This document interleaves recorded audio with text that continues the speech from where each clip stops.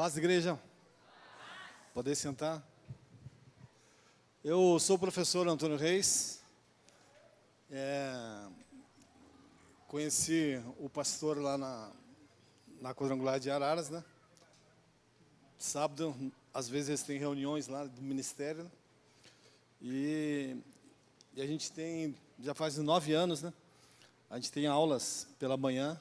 Eu sou professor, tá? De 2 turmas de professores para a escola dominical e para pastores lá, né? Aí o pastor me ligou e eu fiquei muito honrado, né? Porque hoje é o último ponto de fechamento, né? Tá? Da quadrangular. E eu acho que, lógico, vocês sabem disso, mas esses 4 símbolos, eles existem porque a quadrangular é uma igreja pentecostal de 4 pontos. Isso é importante a gente saber, porque existe pentecostais de 5 pontos. Tá? Mas a EMI, quando ela se despertou para o pentecostalismo, na segunda década do século, ela, até 1919, ela era membro da Assembleia de Deus nos Estados Unidos, né? Tá? E isso era uma coisa que estava fervendo muito. Mesmo no contexto americano, existiam os pentecostais de 5 pontos. Mas a Assembleia de Deus, nos Estados Unidos, tá? E outras igrejas, elas rejeitaram um dos pontos e abraçaram, na verdade, os 4 pontos. E o pentecostalismo brasileiro, no geral, é de 4 pontos.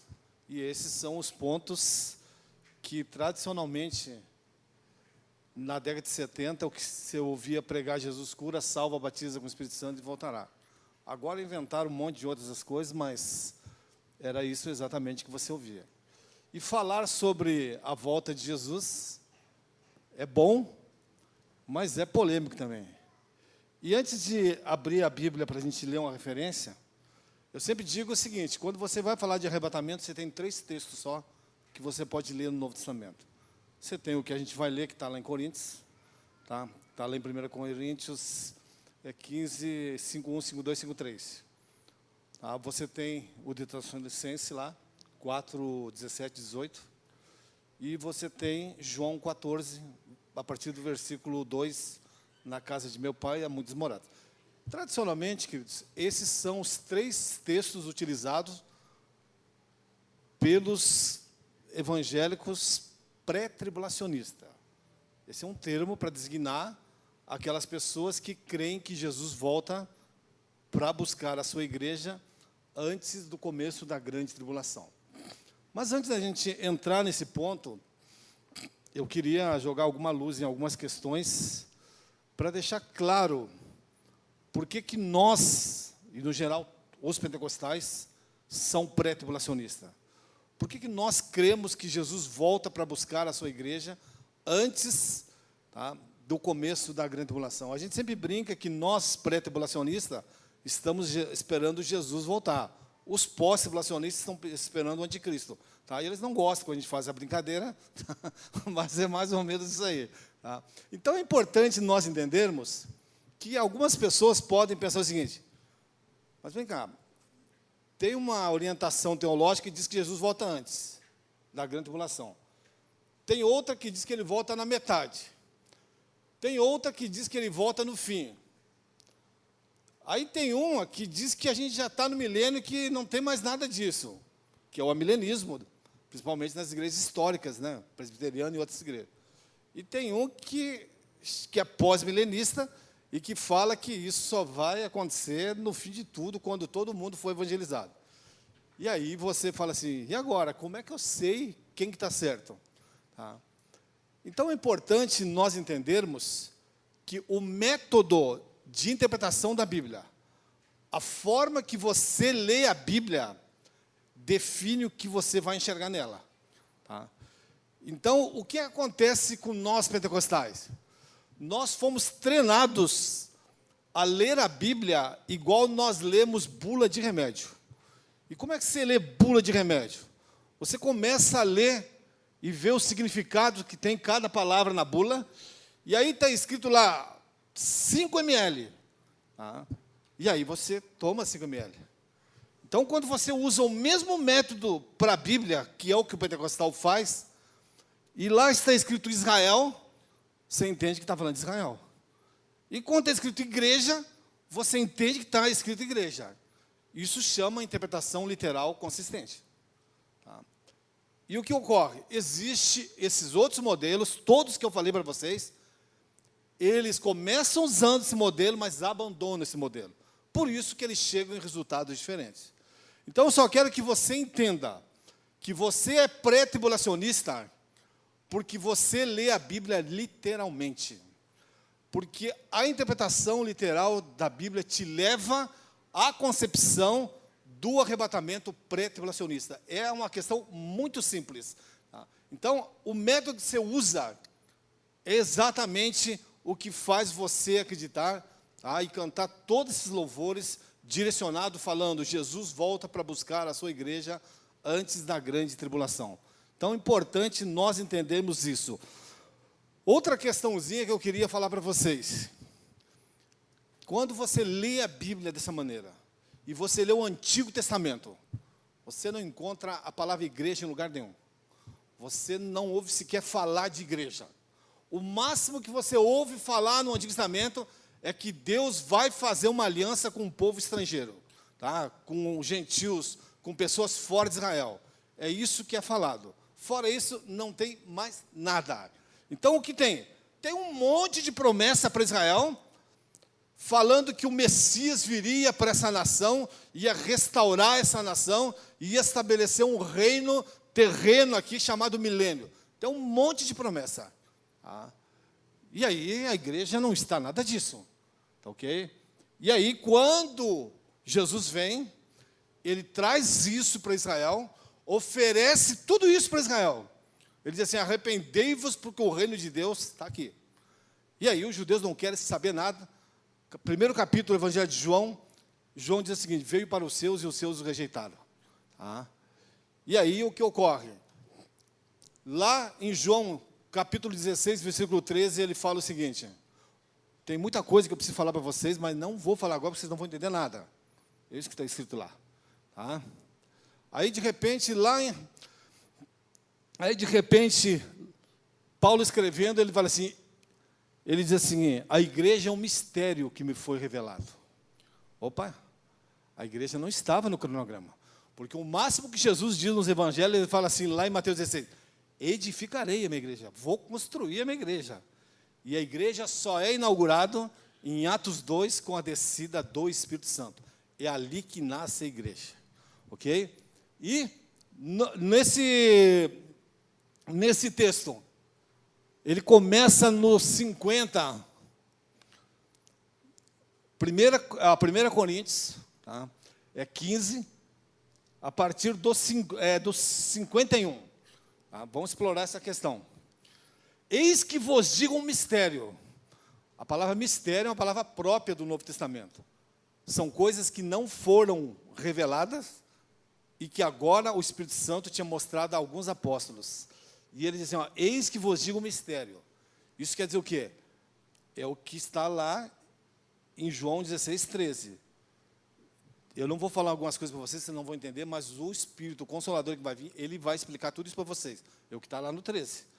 E aí o Espírito Santo começa a explicar o que é isso. E aí Paulo abre um leque aqui e diz o seguinte, ó, eis que um mistério, eis que vos digo um mistério, nem todos dormiremos. Por que ele está dizendo isso? Porque a promessa lá de Daniel 12, a ressurreição para a salvação é a ressurreição para a perdição. As pessoas que já estiverem mortas. E aí ele diz assim, nem todos dormiremos. Mas transformados seremos todos, tá? No momento, no abrir e fechar de olho, ao ressoar da última trombeta. Então ele começa a abrir um leque que não estava na programação revelada, em que Jesus, quando ele voltar, alguns que vão estar mortos, vão sair dos túmulos, vão ressuscitar, vão ganhar um corpo glorificado, mas os que estiverem vivos, esses vão ser transformados vivos, e vão receber também um corpo para encontrar Jesus nos ares. Mas deixa eu dar uma olhada aqui com vocês. A palavra momento. Infelizmente, a tradução do português não diz quase nada para a gente. Mas essa palavra momento é a tradução da palavra átomo. E a gente sabe que átomo é um momento, é algo indivisível. Só que como ele está falando de momento, de tempo, e Paulo está dizendo o seguinte, que o arrebatamento da igreja acontecerá em um momento indivisível do tempo. O que é isso? Ele está falando de velocidade. Por isso que ele usa um piscar de olhos que alguns estimam. Que um piscar de olhos dura de 5 a 6 décimos de segundo. Está falando de velocidade. Então, só para que a gente possa entender que quando Jesus vier buscar a sua igreja, não dá tempo de você falar, está voltando. Tá? Não dá tempo nada, queridos. O ato, ele é tão rápido, que quando você se der consciência, você já vai estar com o corpo glorificado nos ares, olhando para quem está do seu lado, subindo com você. Você pode falar, você veio também? Tá? O que a gente precisa entender, amados? Que o arrebatamento da igreja, ele é invisível para o mundo, no sentido que Jesus volta só para a sua noiva. Ele volta para buscar a igreja. E aí, quando ocorre isso, ele vai fazer o quê? Desde todos os santos que morreram no Antigo Testamento, até o último, no ato em que ele vier buscar a sua igreja, terão corpos transformados. Mas deixa eu falar um pouco, o que é esse negócio de corpo transformado que você vai receber? Só para você ter uma percepção, diz o seguinte, ó, porque é necessário que esse corpo corruptível se revista de incorruptibilidade. A palavra corruptível aqui não tem o sentido moral. Ela tem o sentido de permanência. Então, ficaria mais interessante quando ele fala assim, quando esse corpo que apodrece, quando esse corpo que envelhece, tá? ele vai se revestir de material que não mais apodrece, não tem mais envelhecimento nesse corpo. Tá? As pessoas são restauradas à jovialidade plena. A biologia diz que a plenitude da jovialidade é entre os 25 e 30 anos. O que é isso? É quando as células começam a se dividir. Tá? Tá, ok? Elas param de se dividir. Na verdade, elas param de se dividir e é aí que começa o processo de envelhecimento. Então, para a biologia, você só começa a envelhecer a partir dos 25 anos. Até então, você está de boa. O que ocorre é que nesse corpo glorificado que você vai receber no ato do arrebatamento, você vai ter jovialidade plena. E outra coisa, eu sempre digo o seguinte, que as mulheres vão ter um ganho muito poderoso nesse novo corpo, porque, amados, aquele tempo que você passa, né, antes de vir para a igreja, e tem que passar de fato, né, se arrumando, né, toda isso, nesse corpo, a glória de Cristo vai refletir através desse corpo e não vai haver mais necessidade de nada disso. Agora, eu sempre digo e brinco que tem informações na teologia que não servem para nada. E eu gostaria de dar uma dessas informações para vocês. A palavra cosmético, ela é uma palavra grega, e ela quer dizer o seguinte, consertar um caos. Tá? Essa é a etimologia do termo, é da onde vem essa palavra. Tá ok? Já pontuando essa questão, aí fala assim, quando isso que é imortal se revestir de imortalidade, nós não mais morreremos. Então, esse ganho é o ganho daqueles que, quando Jesus voltar para buscar a sua igreja, receber esse corpo. É importante, tem um texto na Bíblia que Jesus fala assim, que o dia e a hora, né, só o Pai sabe. E é importante, a gente brinca às vezes em teologia, e diz o seguinte, que a coisa está tão complicada, que Jesus vai chegar uma hora e vai falar para o Pai, Pai, deixa eu voltar, senão não vai ter ninguém para trazer. Tá? Mas, amados, é importante nós entendermos que o mundo, ele não visualiza o arrebatamento por causa de velocidade. Ele sabe que o que ocorreu, em que a igreja será retirada do mundo, por quê? Porque muitas pessoas que estão hoje dentro da igreja não estarão no arrebatamento. Por quê? Porque o arrebatamento é para pessoas salvas. São pessoas que têm vida de comunhão e vivem vida de santidade. Agora, esses que ficarem, eles darão a notícia para o mundo do que ocorreu. E aquela quantidade de mártires da grande tribulação são pessoas que perceberam o quanto eles descuidaram da sua vida com Deus, e eles não puderam participar do arrebatamento. Mas é importante nós entendermos que o mundo ele está caminhando para um desfecho hediondo. E ocorre o seguinte: ninguém sabe quando será o ponto final de tudo isso. Mas quando Jesus retirar a sua igreja dessa terra, começa a contagem regressiva para o final. E são 7 anos de tribulação e 1000 anos de reino sobre essa terra, e tudo isso, tá, irá para um final. Isso são questões que a gente sabe. Você pode se perguntar assim, por que a grande tribulação vai durar 7 anos? Por causa de Daniel, a partir do capítulo 9, do versículo 24 em diante, lá fala de uma promessa que foi feita por Israel, que é as 70 semanas de Daniel. 70 semanas de Daniel é o cronograma que é entregue, tá, por um agente celestial para Daniel, de tudo que ocorreria com Israel, tá, durante a história. E ficou faltando 1 semana de anos, que são 7 anos, na contagem de Daniel 9, do 24 em diante. Essa semana de anos, que dá 7 anos, é exatamente o período da grande tribulação. Então, a igreja não precisará estar na grande tribulação, porque a grande tribulação é o fechamento da história de Deus com Israel, que não foi resolvido no Antigo Testamento. E é lá que ele irá tratar com Israel, e uma parte do remanescente de Israel vai se voltar para Deus. Mas, enquanto tudo isso estiver ocorrendo, a igreja não estará mais aqui. Mas nós temos promessas.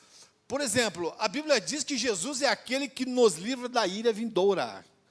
A ira vindoura é o período de 7 anos em que no Antigo Testamento o texto chama de angústia de Jacó. É um período de tribulação. Mateus 24 diz que é uma tribulação que nunca foi visto na história da humanidade, de tão grande que vai ao sofrimento. E é importante nós entendermos que nós não estaremos nesse período porque temos promessas. Aí eu gostaria só de abrir um argumento para vocês sobre aqueles que acreditam que a igreja vai estar na grande tribulação. Porque a igreja é a noiva de Jesus. Se Jesus for voltar só no fim da grande tribulação, basicamente é o seguinte: ele vai deixar a noiva entrar na grande tribulação e vai pagar uns camaradas que vão lá e vão bater na noiva. Quando a noiva estiver toda arrebentada, ele volta para buscar ela toda machucada para casar com ela. Esse é o cenário que você consegue imaginar se a igreja estiver durante o período da grande tribulação. Então, nós precisamos ter uma percepção que o evento da grande tribulação, do arrebatamento, ele retira a igreja desse contexto. E é importante nós compreendermos uma questãozinha, amados. Existe uma doutrina ligada ao arrebatamento, que é a doutrina da iminência. O que é essa doutrina? Essa é uma doutrina que ela está cravada no coração do cristianismo desde o último apóstolo morreu no ano 100, João. E a partir dali começou a surgir novas lideranças na igreja que começaram a escrever sobre o cristianismo e formar aquilo que a gente chama de teologia.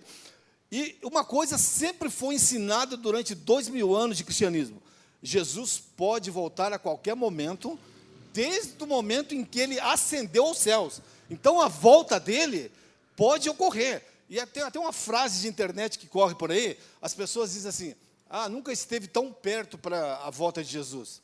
Não, amados, se essa doutrina é verdadeira, ele poderia ter voltado a qualquer momento. Não existe nada hoje que nos aproxima mais da volta dele do que aproximou a igreja primitiva. Porque essa é uma doutrina que está totalmente arraigada no coração do cristianismo. E é importante nós termos essa compreensão. E eu queria explicar uma outra coisa para vocês, porque hoje com rede social, queridos, as pessoas acessam canais, não sabem quem são as figuras que estão falando, as orientações teológicas de cada um. E eu queria abrir uma questãozinha com vocês, para explicar para vocês por que o pentecostal brasileiro, às vezes, tem algumas percepções de escatologia diferentes uma das outras.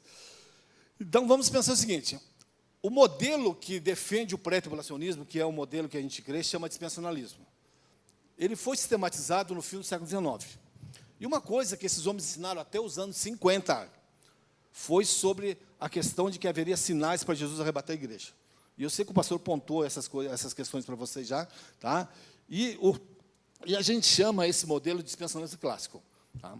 Só que aconteceu um fenômeno, a partir dos anos 50, que surgiu novas ferramentas na teologia, no campo da exegese, e a gente pôde ter algumas precisões a mais.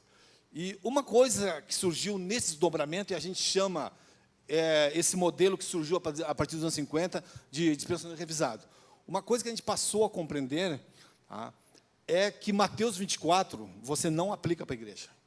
Mateus 24 é um tratado especificamente com a nação de Israel. Porque a gente tira muitos dos sinais para o arrebatamento da igreja de Mateus 24. Tá? A questão de dores, fomes e tudo mais. Mas eu só quero que vocês entendam o seguinte, que existe as duas linhas de entendimento. Então, tem uma linha de entendimento que está ligado até os anos 50, que é a linha que moldou a escatologia pentecostal. Inclusive, o pastor até comentou comigo que ele chegou a estudar na ETAD, né? E a ETAD tem toda essa herança ligado a esse tipo de entendimento, né? Tá? Então, eu só quero pontuar para vocês em que hoje, com um novo ferramental, a gente consegue, por exemplo, olhar para Mateus e saber que o que está registrado no capítulo 24 de Mateus tem a ver com o que Israel irá passar durante o período da grande tribulação. Por exemplo, a palavra igreja não aparece nenhuma vez no Evangelho, no capítulo 24 de Mateus. Então, só para pontuar, por que existe, às vezes, essas disparidades? Porque, às vezes, você pode ouvir uma pessoa falar de uma maneira, depois pode ouvir falar de outra. Então, é um ponto que eles acabaram não fechando em relação a isso. Então, só para deixar isso nítido para vocês. Agora, outra questãozinha sobre arrebatamento. O ato, ele é direcionado à igreja. Quando Jesus volta, a igreja sobe. Agora, a volta de Jesus visível, ele desce, ele vem e ele não leva ninguém, tá? Ele não leva ninguém. Ele desce à terra. A Bíblia diz que quando ele vir no final da grande tribulação, ele vai descer sobre o Monte das Oliveiras, os montes vão se abrir. Na verdade, vai haver uma batalha, inclusive. Então, é totalmente diferente quando a Bíblia fala da vinda de Jesus para a igreja e a vinda de Jesus para Israel. Tá? Eu comentei com vocês, lá no Antigo Testamento, que lá havia uma promessa para Israel da vinda do Messias. Então, essa é a volta do final da grande tribulação, que está listado no final, tá, de Mateus 24. Inclusive, quando você pega o Mateus 24, 3, fala assim, que sinal haverá da tua volta? Essa é a pergunta que é feita para ele. Só que a palavra sinal lá é singular, né? E tem um artigo que define, o sinal. Aí você lê, Mateus 24, 30, fala assim, então aparecerá no céu o sinal do Filho do Homem. Tá? Então, isso é uma resposta para perguntas dos discípulos, que é um sinal para Israel. Então, só para que a gente possa ter essa compreensão do que está falando lá e por que a pergunta foi feita. Eu não vou chatear vocês com questão de gramática grega para poder explicar isso, porque aí o objetivo nem é esse especificamente, mas eu teria como detalhar isso para vocês. Agora, aquelas pessoas que querem realmente avançar um pouco mais, eu tenho um site que chama Paleortodoxo. Lá tem um monte de artigos sobre escatologia, sobre pentecostalismo, batismo com o Espírito Santo. Tudo que você pode imaginar tem nesse site, são artigos traduzidos. Tá? E aí você pode, se você gosta de ler, entre lá e pegue esses materiais, tá, para você poder investigar. Então, o que a gente precisa compreender é que o arrebatamento é especificamente para a igreja, porque Jesus não coloca os pés aqui. Tá? Ele vem e pega a sua igreja. E aí tem uma quantidade de eventos que vão se desdobrar. Ele retira a igreja da terra, e aí a Bíblia fala primeiro fala do tribunal. Você tem um tribunal, que é o tribunal de Cristo, aonde todos os salvos vão ser julgados. Julgado para efeito de galardão não tem a ver com condenação. Diferente do juízo do trono branco, onde ocorrerá no Apocalipse somente condenação. No tribunal de Cristo é tudo para efeito de galardão e tem a ver com o resplendor de glória no novo corpo, os galardões, e alguns acham que isso tem a ver, na verdade, com desempenhar funções dentro da eternidade, tá? Dentro da Nova Jerusalém, que é uma cidade. E aí, após isso, amados, tá? Após isso tem as bodas. Eu acho importante a gente refletir sobre as bodas, porque quando Jesus ressuscitou, ele ressuscitou com um corpo de glória, que é o corpo igual que a gente vai ressuscitar. E ele foi convidado pelos discípulos, pessoal. Eu acho que ele estava com fome, porque ele comeu. Ah, e aquilo lá não tem nada, isso aí é espiritual. Não, ele comeu, de fato.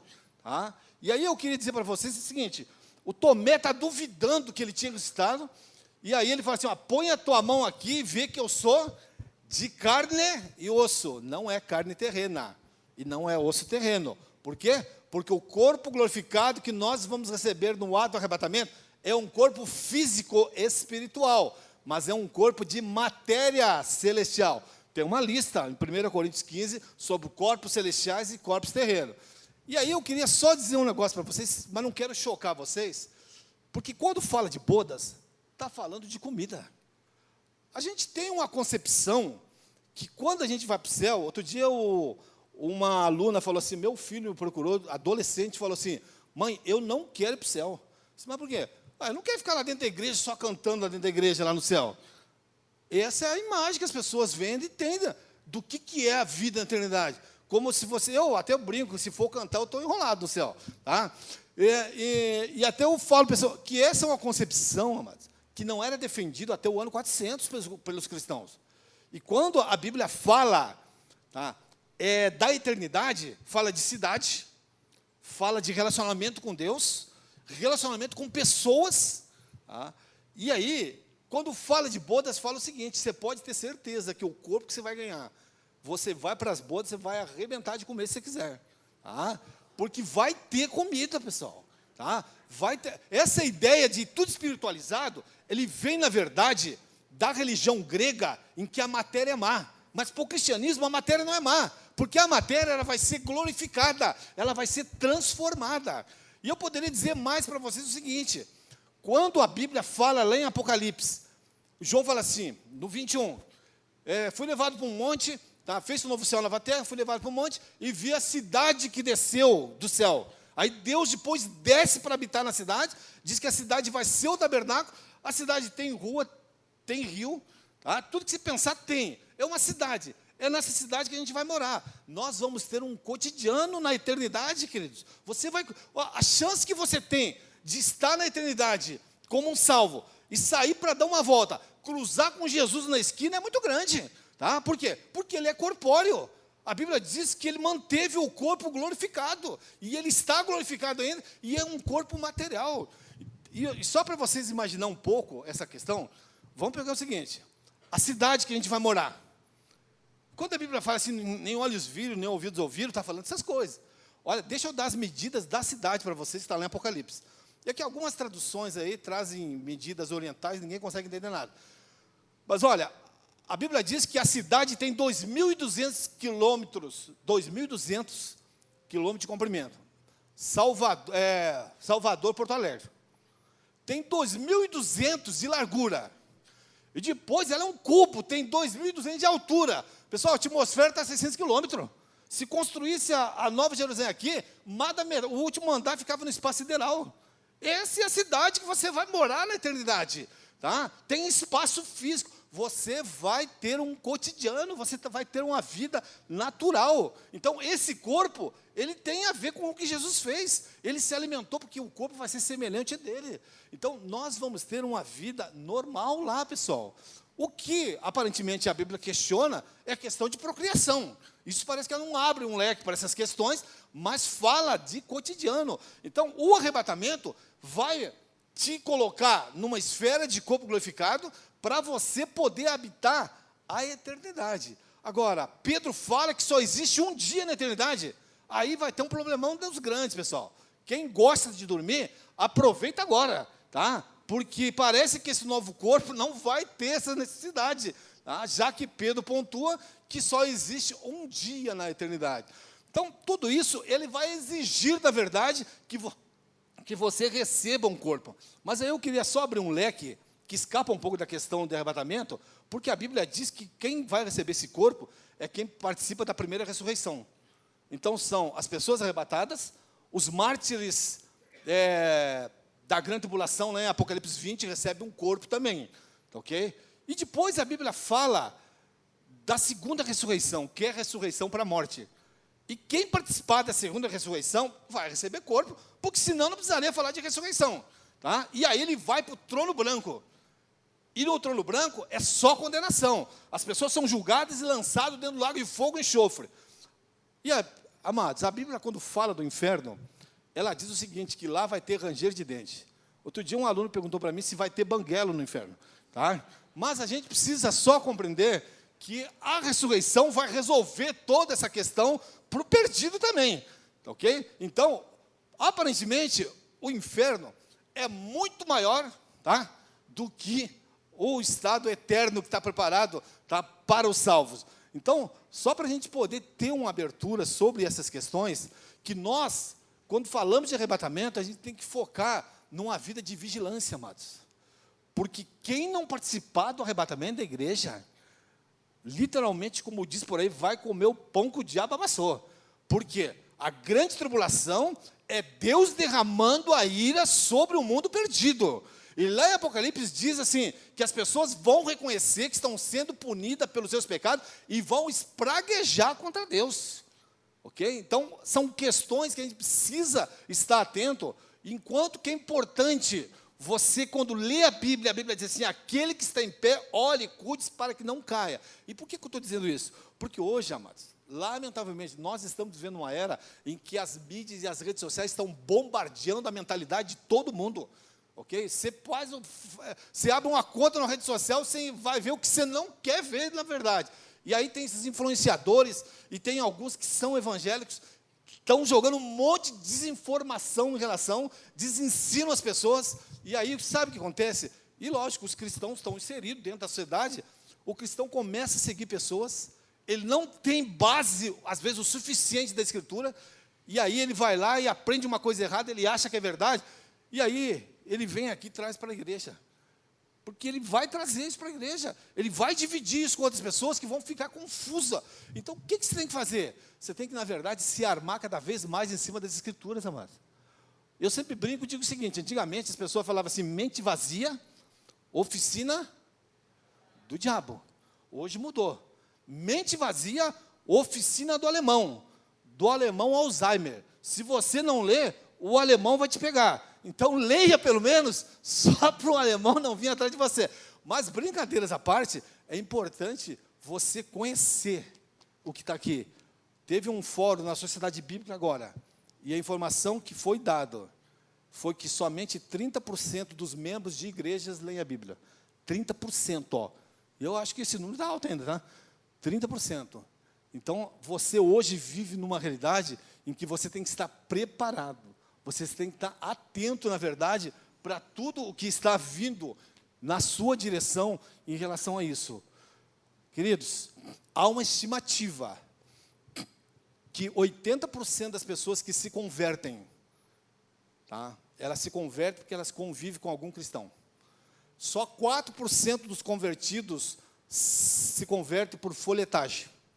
A maioria é porque tem um cristão que está vivendo perto dela e tem testemunho. Você pode imaginar que você não sabe pregar o evangelho, mas a Bíblia fala que o cristão, ele exala o bom cheiro de Cristo. Eu não sei se já aconteceu com você, mas eu conheço um monte de cristão que já aconteceu. Você está andando na rua, ninguém te conhece, e uma pessoa fala assim, você é cristão, é? E o que é isso? A pessoa está dizendo o seguinte para você, eu estou vendo em você coisa que eu esperaria encontrar em Jesus, porque você está parecido com Jesus. E isso acontece, pessoal, porque você começa a conviver muito perto de Jesus, e você começa a pegar características dele, e as pessoas vão começar a te confundir na rua, e aí você não precisa pregar. E isso acontece no cotidiano, na vida diária.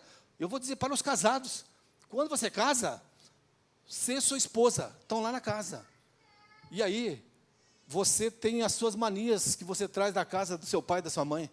E aí a sua esposa fala assim para você, ó, eu não gostei do jeito que você colocou a escova de dente. Dá para você mudar? Aí você fala, muda. Aí depois ela fala, ó, não gostei do jeito que você colocou o papel higiênico sendo por cima, eu quero que você coloque sendo por baixo. E você muda. E aí, pessoal, depois que passam uns meses, uns anos, você está assim num ambiente com a sua esposa e ela frange a testa para você e você lê uma carta inteira ali. Por quê? Porque você já conhece ela. Você influenciou ela e ela te influenciou. O relacionamento com Jesus funciona da mesma maneira. Você começar a andar muito perto de Jesus, as pessoas vão começar a te confundir com Ele. Mas aí você tem que ter vida. Tá? A gente chega aqui e a gente tem que pensar, amados, pensa só, Jesus habita em você através da presença do Espírito Santo no teu coração. O ponto de presença de Jesus, ele é físico, está ao lado do Pai no terceiro céu. O Espírito Santo hoje ele habita no coração da igreja, mas ele ocupa o teu coração, e Jesus se faz presente dentro da tua vida, através da ocupação da terceira pessoa da Trindade. Então, a gente precisa entender que o Espírito Santo, ele é ativo e envolvido, ele trabalha todo o processo de santificação, porque a Bíblia diz assim, que ele é aquele que vai nos ataviar para o Cordeiro, é ele que vai nos santificar para o processo do arrebatamento que vai nos preparar. Mas ele não tem graça irresistível em que ele imponha isso a você. Ele trabalha com um sistema de sinergia. Você vai estudando, você vai conhecendo, e ele vai te trazendo a memória. Ele vai te mostrando as decisões, as suas posições no dia a dia. E isso se chama santificação. Agora, o mundo faz a mesma coisa. O secular faz a mesma coisa. No dia a dia funciona assim. Os espíritos malignos fazem a mesma coisa. Mas é você que toma a decisão. Agora, o Espírito Santo, ele só vai te trazer à memória o que passou na tua memória.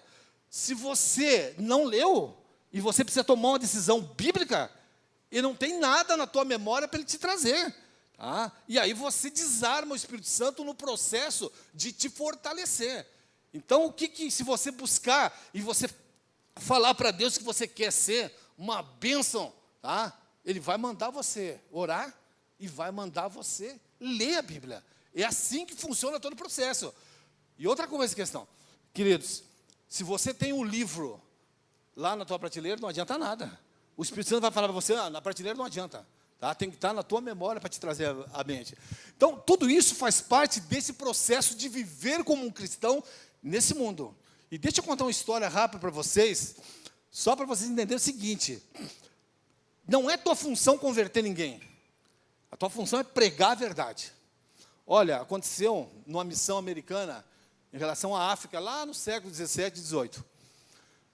Mandaram um missionário para uma região inóspita da África, e era controlado por nativos canibais. O missionário chegou lá para evangelizar, foi lá falar de Jesus. Os indígenas mataram o missionário e comeram o missionário.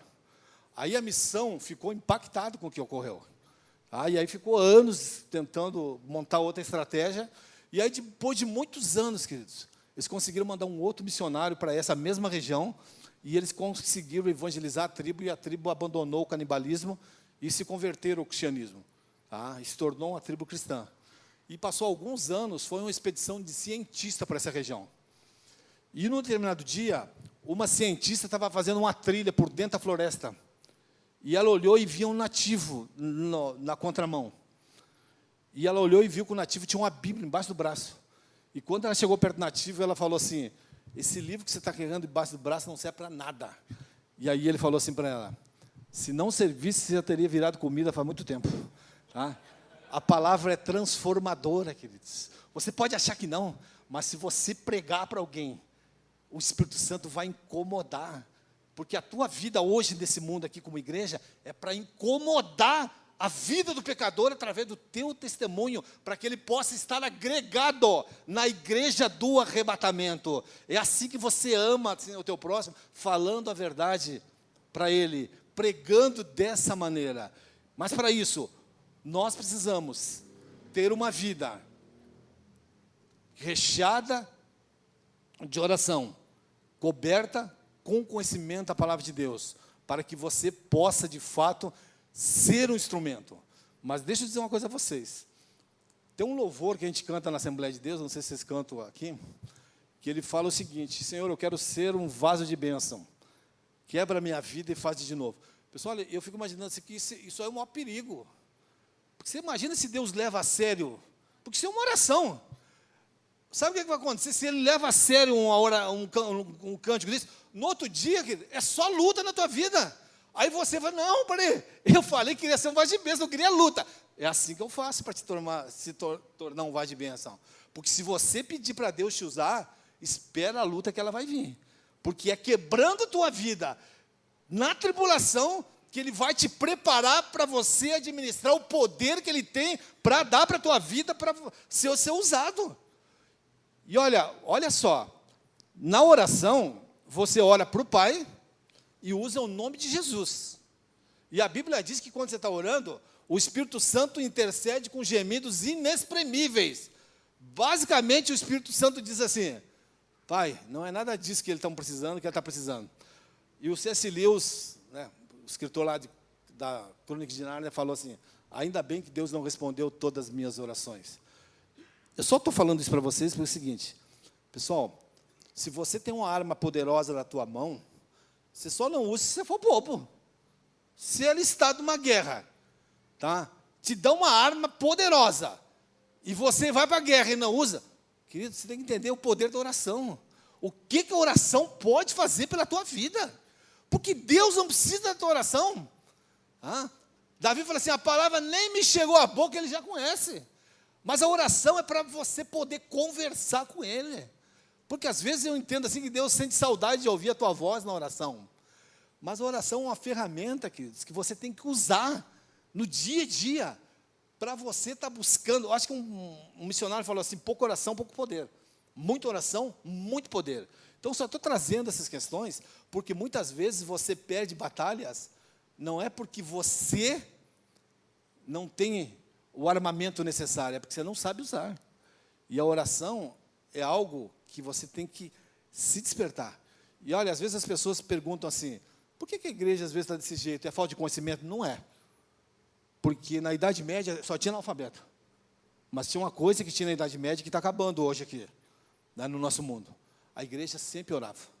As pessoas nunca pararam de orar. Porque Deus nunca ficou sem o seu povo. Mesmo na Idade Média, que foi uma situação de apostasia tremenda. Surgiu os cátaros, os valdenses, um monte de movimentos, tá, que as pessoas pregando. Querido, só para você ter uma ideia, a Igreja Católica, em 1300, ela publicou um edito proibindo falar línguas. Porque as pessoas ficam achando que esse negócio de língua de pentecostal é coisa nova. Tem um edito da Igreja Católica proibindo as pessoas comuns falarem línguas. Só o alto clero podia falar. Olha para você ver como é que era a vida nesse contexto. Tá? Por quê? Porque as pessoas oravam, as pessoas buscavam a Deus.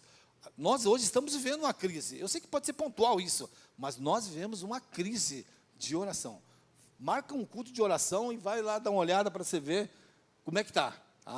Porque, pessoal, você acha que o inimigo das nossas almas, ele gosta quando você dobra teu joelho para orar? Está certo que você não precisa ser só de joelho, mas ele não gosta. Tá? Ele não gosta quando você começa a orar, porque isso incomoda. Agora, deixa eu dizer uma coisa para vocês. Lá na Rua Azusa, quando nasceu o pentecostalismo, uma das coisas que marcou aquilo lá foi a oração. E deixa eu só contar para vocês, às vezes os homens, né, ficam muito destacados dentro do movimento religioso, mas pessoas sabiam que a primeira pessoa batizada no Espírito Santo na era moderna foi uma mulher? Estava numa sala de teologia, e ela falou para o professor: dá para você orar por mim, para que eu possa ser batizado com o Espírito Santo? E ele, sim. Ele saiu de onde ele estava, quando ele estava na metade do caminho, ela foi batizar com o Espírito Santo, começou a falar chinês. Aí ela só falava chinês, as pessoas vinham conversar com ela, só sabia falar chinês. Aí ela foi embora para a casa dela, chegou na casa dela, não conseguia conversar com ninguém. Aí ela falou assim: dá uma caneta, fez um gesto lá para dar uma caneta, deram uma caneta para ela que ela precisava escrever. Aí ela foi escrever o que ela queria dizer para as pessoas, e ela só conseguia escrever chinês. Ela ficou 3 dias falando e escrevendo em chinês. Foi batizada com o Espírito Santo, uma mulher. Impactou todo aquele meio, queridos. Hoje, a gente precisa entender que isso é acessível para nós. Só que isso só vem quando nós buscamos. Eu estava falando sábado passado para os pastores aqui em Araras. Às vezes as pessoas não buscam os dons porque elas não sabem como funciona. Então tem que entender como funciona o batismo do Espírito Santo e os dons, para que a gente possa buscar esses dons.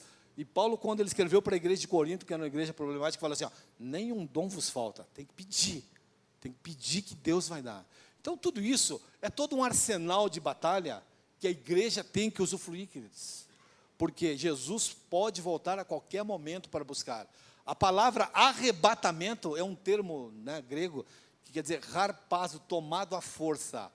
Isso é o que vai acontecer quando ele romper para levar a sua igreja. Isso está dentro do cronograma de Deus. E nós podemos acreditar que isso vai acontecer porque está prometido nas Escrituras. E eu sempre digo que Jesus é alguém que quando ele fala, ele costuma cumprir. Porque é o seguinte, ele falou que ele viria, veio. Falou que ele morreria, morreu. Falou que ia ressuscitar, ressuscitou. E ele falou que vai voltar. Então você pode ter certeza que ele costuma cumprir as promessas que ele faz. E ele vai voltar. Só que a retirada da igreja dessa terra vai causar um impacto aqui. Mas muitas pessoas que estão dentro da igreja não vão subir por causa dessas questões que a gente tem falado e de como as pessoas precisam estar atentas para isso. Então é só um ponto para destacar isso, ok? E eu queria dizer uma coisa específica para vocês, quadrangular. A gente sempre debate isso. Queridos, vocês são uma igreja pentecostal clássica. O que é ser uma igreja pentecostal clássica? A gente vê lá na declaração de fé de vocês. Vocês acreditam que o Espírito Santo é uma experiência de revestimento de poder separado da conversão, acompanhado por evidência de línguas. É isso que te faz ser pentecostal clássico. Tá? Está lá na declaração de vocês. Ok? E só para aquelas pessoas que não sabem, para ir fechando aqui, a gente tem um curso pela Secretaria de Educação às sextas-feiras, tem curso de escatologia que eu dou e tem curso de pentecostalismo.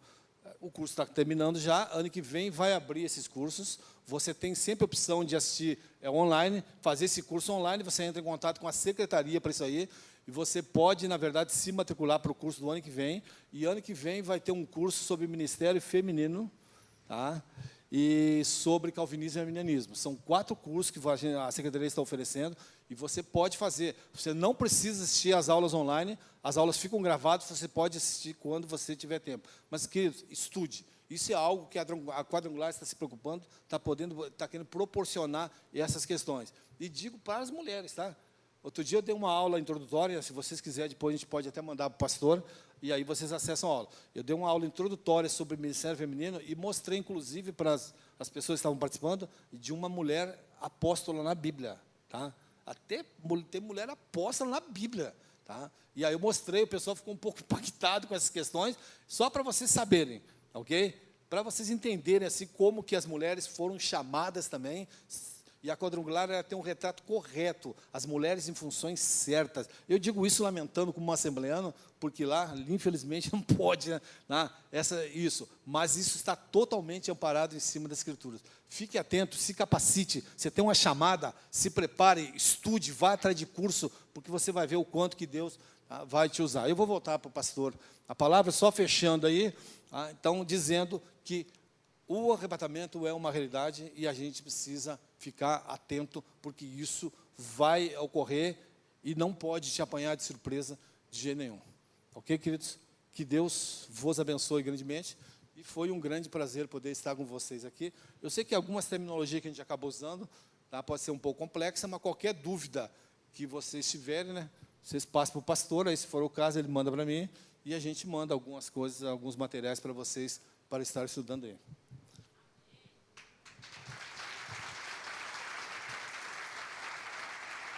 Glória a Deus. Obrigado, pastor. Dá vontade de começar a fazer um monte de pergunta, mas... Não, pode ir. Pode abrir aí. Glória a Deus. Alguém tem uma pergunta para fazer aí? Se não... Ei... Queridos, quando a gente dá aula e ninguém pergunta nada, 2 coisas podem estar acontecendo. Você entendeu tudo ou não entendeu nada. E normalmente a segunda é a verdadeira. Queridos, pode ficar à vontade, pode perguntar. Aproveite.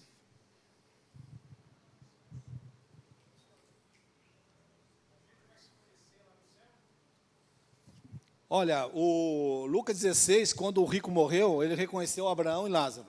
Tá? Conversaram, tiveram diálogo. Lá em Apocalipse, os mártires embaixo do trono, inclusive eles lembram como foram mortos e pediram até vingança. Então, a memória... Pessoal, você já imaginou você no céu cruzar com Jesus, com as mãos furadas e o corte no lado, e você vira para o outro e fala, quem que é esse aí? A memória faz parte da tua identidade. Não tem nem sentido, na verdade, nós não levamos memória. A gente sempre pede assim para que Deus possa atenuar a memória das mulheres, né, para o céu, né? Porque diz que elas têm uma memória terrível, né? Tá? Então a gente ora e fala assim. Mas brincadeiras à parte, sim, a memória faz parte da nossa identidade, porque Jesus foi reconhecido e reconheceu as pessoas.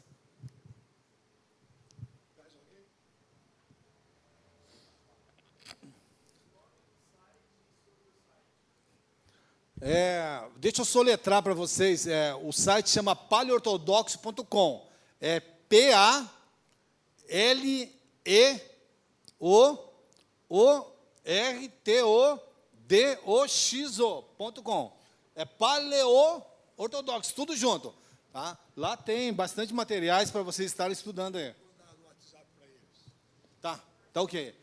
Entra lá, pessoal, olha, sobre pentecostalismo, está lotado, tem muito material, tá? E tem textos até que falam até da IMI lá, tá?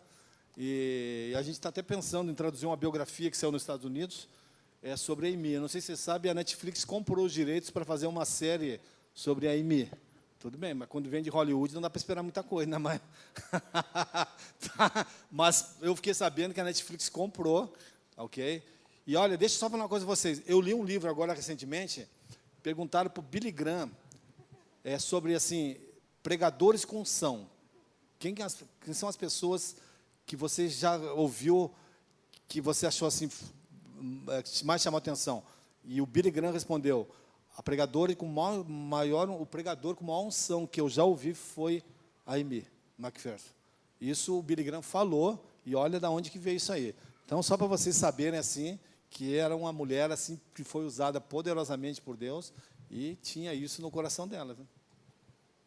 Glória a Deus.